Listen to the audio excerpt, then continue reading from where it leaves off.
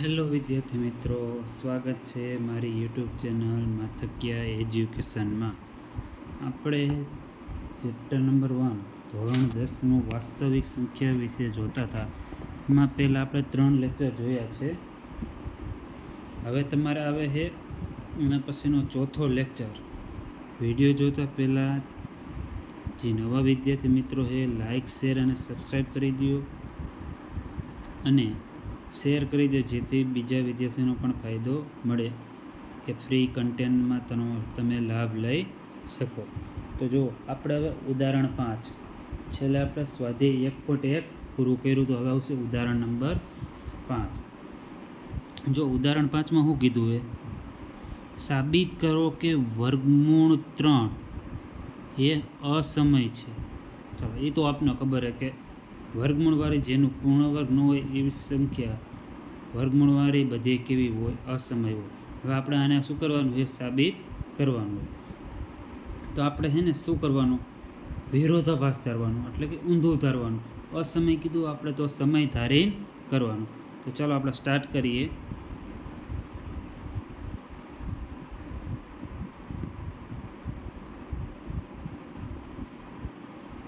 ધારો કે વર્ગમૂળ 3 સમય સંખ્યા છે. ચાલો, વર્ગમૂળ 3 આપણે કેવી ધારી, સમય સંખ્યા. હવે સમય સંખ્યા ધારી તો સમય સંખ્યાનું આપણે સ્વરૂપ ખબર છે કેવું હોય કે એના છેદમાં બી, એટલે કે પીના છેદમાં ક્યુ સ્વરૂપ હોય, જ્યાં બી નોટ ઇક્વલ ટુ 0 અને એ અને બી કેવા છે, પૂર્ણાંકો હોય. કેવા પૂર્ણાંકો હોય, એ અને બી કેવા પૂર્ણાંકો હોય, તો કે અવિભાજ્ય. આ કેવા પૂર્ણાંકો હોય, તો કે અવિભાજ્ય. અવિભાજ્ય એટલે કેવા, જેના ખાલી 2 જ અવયવ હોય એ. હવે જો એ અને બી અવિભાજ્ય છે, કેવા છે, અવિભાજ્ય. પરસ્પર અવિભાજ્ય, કેવા છે, પરસ્પર અવિભાજ્ય. હા, તો એટલે શું પરસ્પર અવિભાજ્ય, તો કે માનો કે 12/13 આ એના છેદમાં બી સ્વરૂપે અવિભાજ્ય. જો આનો સામાન્ય અવયવ ખાલી શું હશે, આનો સામાન્ય અવયવ શું થાય, તો કે આનો સામાન્ય અવયવ શું થશે, સામાન્ય અવયવ. ચાલો, આનો સામાન્ય અવયવ કેટલો થાય, 1. એટલે 2 પરસ્પર અવિભાજ્ય સંખ્યાનો સામાન્ય અવયવ કેટલો થાય, તો કે 1 થાય. ઓકે, અને આવી રીતે આપણે જોવાનું એના છેદમાં બી સ્વરૂપમાં દેખાડવું પડે, કારણ કે સમય સંખ્યા કીધી એટલે કયા સ્વરૂપમાં દેખાડવું પડે, એના છેદમાં બી.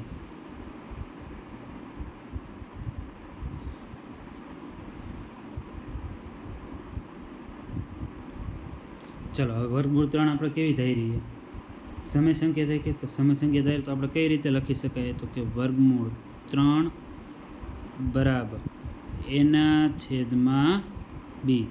ચાલો, આવી રીતે લખી શકાય. હવે જો એ અને બીનો આપણે 1 સિવાય કોઈ સામાન્ય અવયવ મળે તો આપણો વિરોધાભાસ થશે. ઓકે, ચાલો, હવે બંને બાજુ શું કરી, વર્ગ. બંને બાજુ વર્ગ કરતા. ચલો, બંને બાજુ વર્ગ કરી.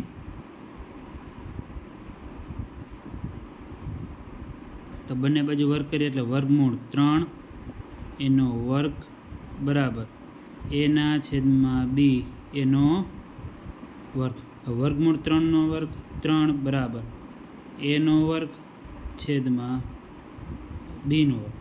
બીનો વર્ગ ભાગાકારમાં બરાબરની સાઈડ જાય તો ગુણાકારમાં થશે, તો 3b નો વર્ગ બરાબર એનો વર્ગ. ચલો, આટલી ખબર પડી. હવે આગળ ચલો, 3b નો વર્ગ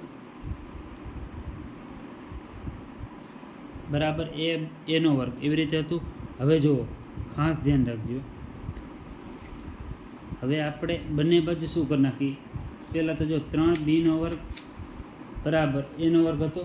હવે એને તમારે જો બીજા એ વર્ગ, જો એ વર્ગ એ કેના વડે વિભાજ્ય થાય, 3 વડે વિભાજ્ય થાય. જો અહીંયા તમારા પાછળનું આવી રીતે લખેલું ને, 3b નો સ્ક્વેર બરાબર એનો વર્ગ.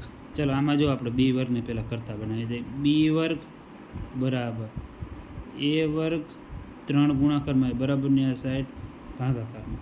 જો પીના છેદમાં ક્યુ સ્વરૂપમાં દેખાય તમારે. હવે જુઓ તમે એ આના આપણે વર્ગમૂળ તમે કાઢો તો બી બરાબર એના છેદમાં 3 થાય. પણ અહીં જો બી એ વર્ગ રહ્યો એ કેના વડે વિભાજ્ય છે? 3 વડે વિભાજ્ય છે. પ્રમેય આગળ આવી ગયો એ રીતના તો અહીં લખીએ આપણે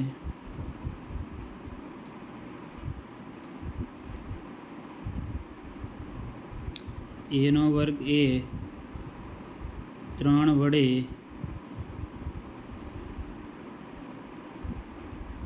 વિભાજ્ય છે અને એનો વર્ગ એ 3 વડે વિભાજ્ય છે.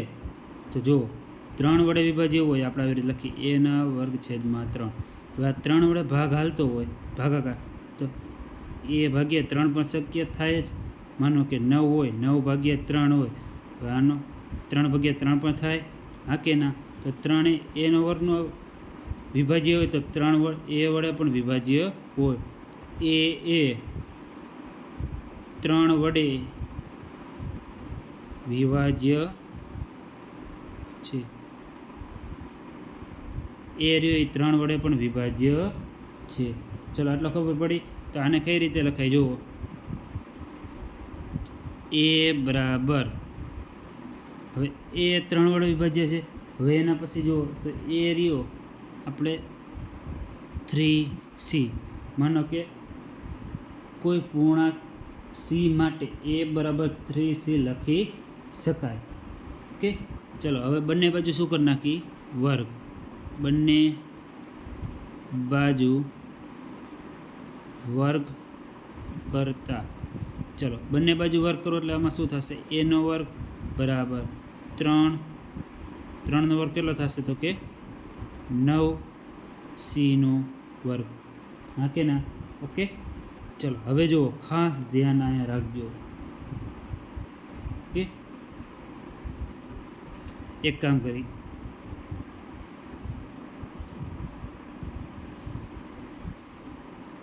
ચલો એ બરાબર આપણે 3c લીધા. હવે એની કિંમત રહીને એ આપણે અને સમીકરણ આપી દઈ. ચલો અને શું આપી દઈ? સમીકરણ. આને આપો કે ઉપરને ગમે એને આપી શકો. ચલો આપણે ઉપરવાળાને જ સમીકરણ આપી દઈએ. સમીકરણ તો એની કિંમત સમીકરણ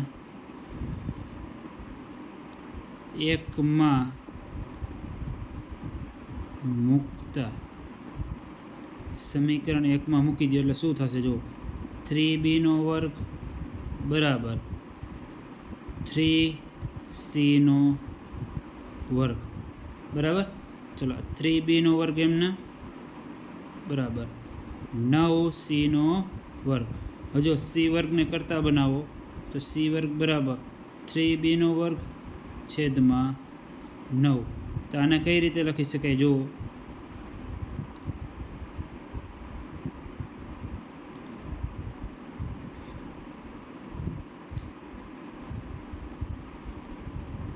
ચલો c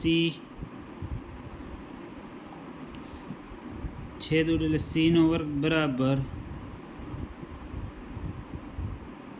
b નો વર્ગ છેદમાં 3. ચાલો આટલી ખબર પડી. તો જુઓ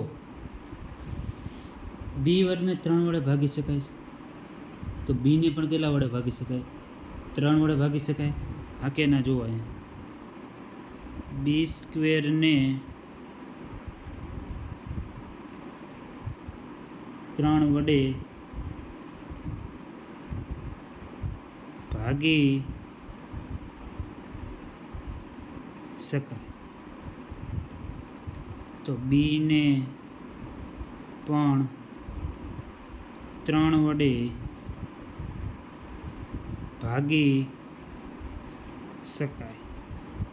ચલો બીને પણ 3 વડે ભાગી શકાય. હા કે ના? તો એ અને બીને જો ઓછામાં ઓછો સામાન્ય અવયવ કેટલો થયો? 3 થયો. એ અને બીને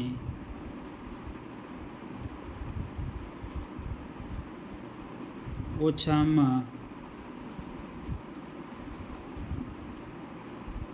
ઓછો 1 સામાન્ય અવયવ 3 છે. મેં તમને અગાઉ શું કીધું હતું કે આપણે એના છેદમાં બી સમય સ્વરૂપે એના છેદમાં બી કેવું છે સમય સ્વરૂપ. હવે આ કેવી છે પરસ્પર અવિભાજ્ય છે. કેવી છે તો કે પરસ્પર અવિભાજ્ય છે એ અને બી એટલે એનો સામાન્ય અવયવ ખાલી કેટલો હોય 1, પણ અહીંયા જો સામાન્ય અવયવ કેટલો મળે છે 3, તો આપણે વિરોધાભાસ થાય. ઓકે,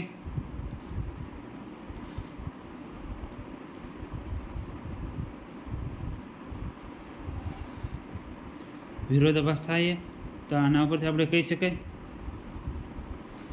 કે વર્ગમૂળ 3 એ કેવી સંખ્યા છે અસમય સંખ્યા છે. તો ચાલો આપણે પહેલાં લખી નાખીએ આગળ. જો આ બે કેવું થયું તમારે અવયવ સામાન્ય 1 થયો તો એ અને બી પરસ્પર અવિભાજ્ય હોવાથી વિધાનનો શું થાય વિરોધાભાસ ઊભો થાય છે.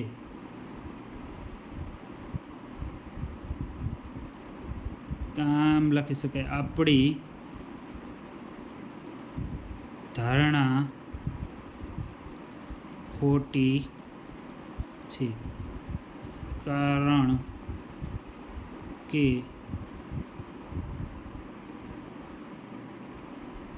એ અને બી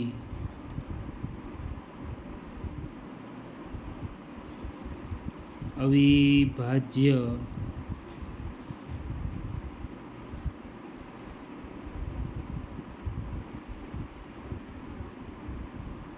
હોવાના વિરોધાભાસ થાય છે. વિરોધાભાસ થાય છે તો આના ઉપરથી આપણે કહી શકાય કે વર્ગમૂળ 3 એ અસમય છે. વર્ગમૂળ 3 કેવું હોય તો કે અસમય છે. ચાલો ખબર પડી. ઉદાહરણ નંબર 5. આ તમારા બોર્ડમાં પણ આવો પૂછાઈ શકે.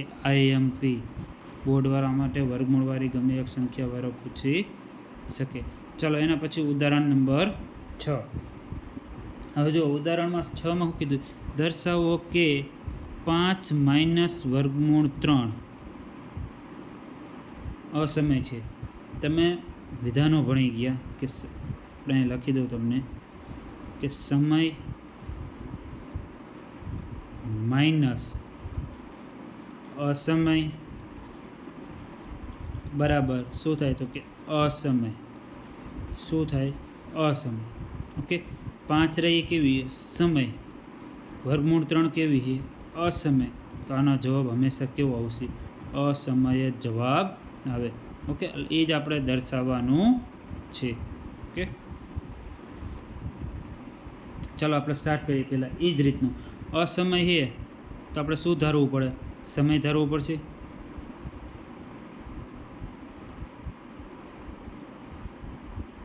ધારો કે 5 માઇનસ વર્ગમૂળ 3 એ સમય સંખ્યા છે. સમય સંખ્યા ધારી તો ખબર આને કયા સ્વરૂપે લખી શકાય એના છેદમાં બી. તો 5 માઇનસ વર્ગમૂળ 3 બરાબર એના છેદમાં બી. ચલો આ ખબર પડી. હવે જુઓ આપણે વર્ગમૂળવાળી સંખ્યા અલગ કરવાની છે. તો આ માઇનસ વર્ગમૂળ 3 બરાબરની સાઈડ આવે પ્લસ અને પ્લસવાળી બરાબરની સાઈડ આવે તો માઇનસ. તો આવી રીતે થશે 5 માઇનસ એના છેદમાં બી બરાબર વર્ગમૂળ 3. Okay, next. હવે જો પહેલાં આના નીચે કાંઈનો એટલે 1 હોય. આને તમારે ચોકડી ગુણાકાર એટલે કે લસા લેવો પડશે. ચલો લસા લઈ લે એટલે શું થશે જુઓ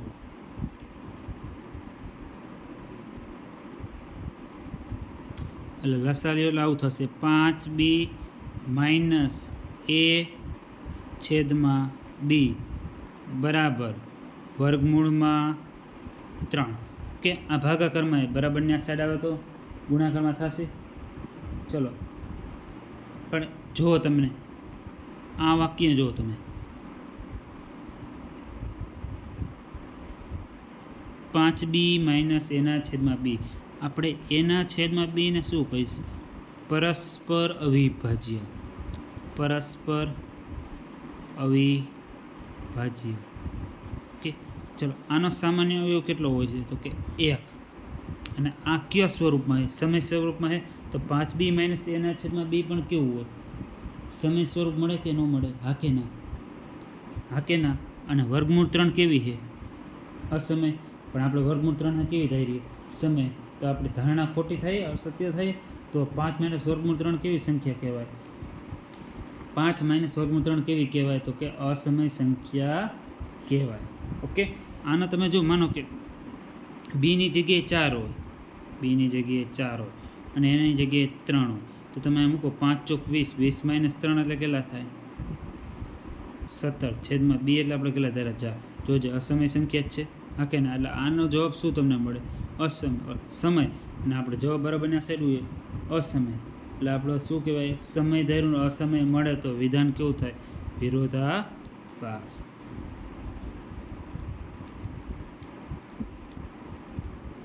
ચલો આપણે લખી નાખી. ચલો એ અને બી પૂર્ણાંક હોવાથી અને આ પણ શું મળશે તમને? એ અને બી પૂર્ણાંકો હોવાથી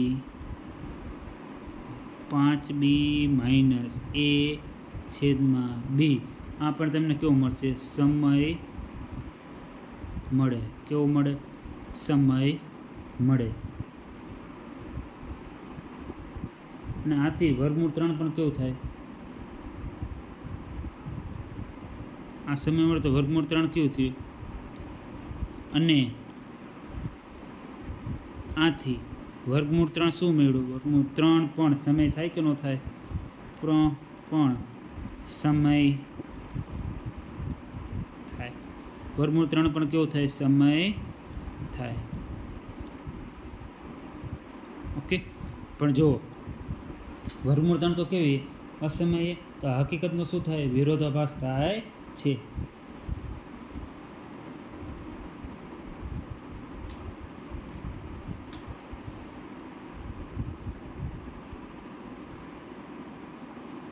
હકીકતમાં વર્ગમૂળ 3 એ અસમય છે. આથી વિરોધાભાસ થાય છે. વિરોધાભાસ થાય છે. તો 5 માઇનસ વર્ગમૂળ 3 સમય છે. આપણી કરેલ ધારણા અસત્ય હતી. 5 માઇનસ વર્ગમૂળ 3 એ સમય છે. કરેલ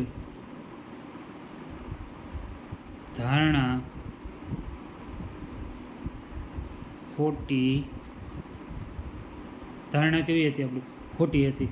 આથી આપણે કહી શકાય કે 5 માઇનસ વર્ગમૂળ 3 એ અસમય છે. 5 માઇનસ વર્ગમૂળ 3 એ કેવી? અસમય છે. ચલો આ તો ઉદાહરણ નંબર 6. ઓકે, ઉદાહરણ 6 તો સૌ નાનું છે. ચલો ઉદાહરણ નંબર 7.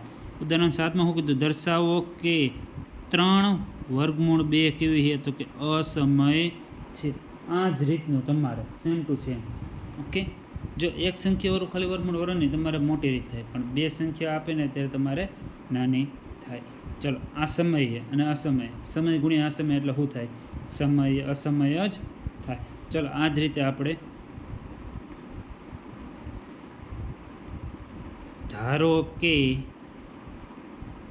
3 વર્ગમૂળ 2 એ સમય સંખ્યા છે. સમય સંખ્યા છે એટલે કયા સ્વરૂપમાં લખી શકાય? તો 3 વર્ગમૂળ 2 બરાબર એના છેદમાં બી. તમને કીધું એ રીતનું કે વર્ગમૂળવાળી સંખ્યાને એકલી કરવાની. તો વર્ગમૂળ 2 બરાબર એના છેદમાં 3b. ચલો આટલું થયું. હવે આગળ જુઓ, એના છેદમાં 3b. એ અને બી કેવા હશે? પૂર્ણાંકો હોય.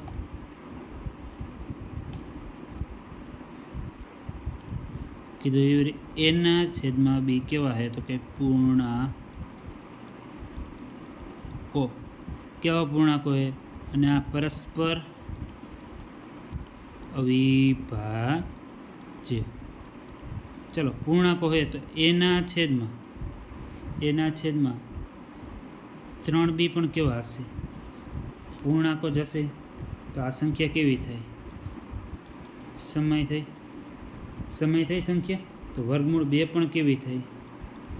વર્ગમૂળ 2 પણ કેવી થાય? તો કે સમય. પણ વર્ગમૂળ 2 આપણે કેવી સંખ્યા છે? અસમયે. તો વિરોધાભાસ થાય. તો આથી આપણે કહી શકાય કે 3 વર્ગમૂળ 2 પણ કેવી છે? અસમય છે.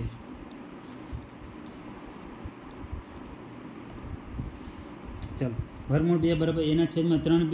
એ અને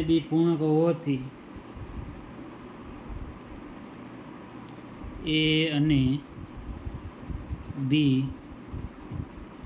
પૂર્ણાંકો હોવાથી એ અને બી પૂર્ણાંકો હોવાથી એના છેદમાં 3b સમય છે.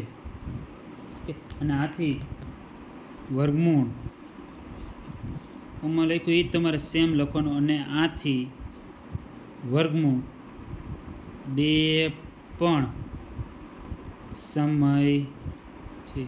વર્ગમૂળ 2 પણ કેવું છે? સમય છે. પરંતુ વર્ગમૂળ 2 અસમય છે. આથી વિરોધાભાસ અનુભવાય છે. પરંતુ વર્ગમૂળ 2 અસમય છે. આથી વિરોધાભાસ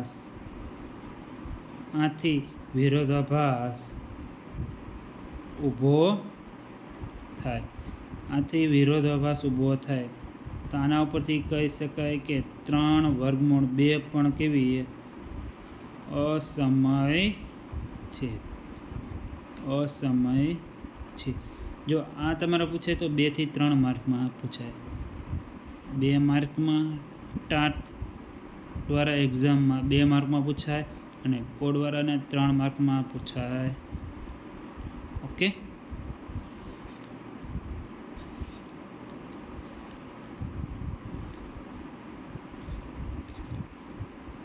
ચલો ખબર પડી. સિમ્પલ જ છે. પહેલાંથી જોઈ લો. તમારે પહેલાં વર્ગમૂળ 3 અસમય છે એના ઉપર જોયું. પહેલાં તો આપણે શું સમય સંખ્યા પહેલાં ધારી લેવાના, એના છેદમાં બી. ઓકે, એવી રીતે 5 - વર્ગમૂળ 3. 2 સંખ્યા વર્ગમૂળવાળી હોય તો એમાં તમારે વર્ગમૂળવાળાને જ સંખ્યાના કરતા બનાવવાનો. ચલો સમજાઈ ગયા 3 એ 3 ઉદાહરણ. ઓકે, ચાલો આના પછી આવે છે તમારે સ્વાધ્યાય 1.2. સ્વાધ્યાય 1.2ના દાખલા જશે પૂરા થાય એટલે આ ચેપ્ટર આપણું કમ્પ્લીટ થશે. પછી તમારા માટે ખાસ લાવી રહ્યો છું આઈએમપી દાખલાઓ, દરેક ચેપ્ટરના આઈએમપી દાખલાઓ. ઓકે, તો વિડીયો પસંદ આવ્યો તો ચેનલને લાઇક, શેર અને સબસ્ક્રાઈબ કરી દો.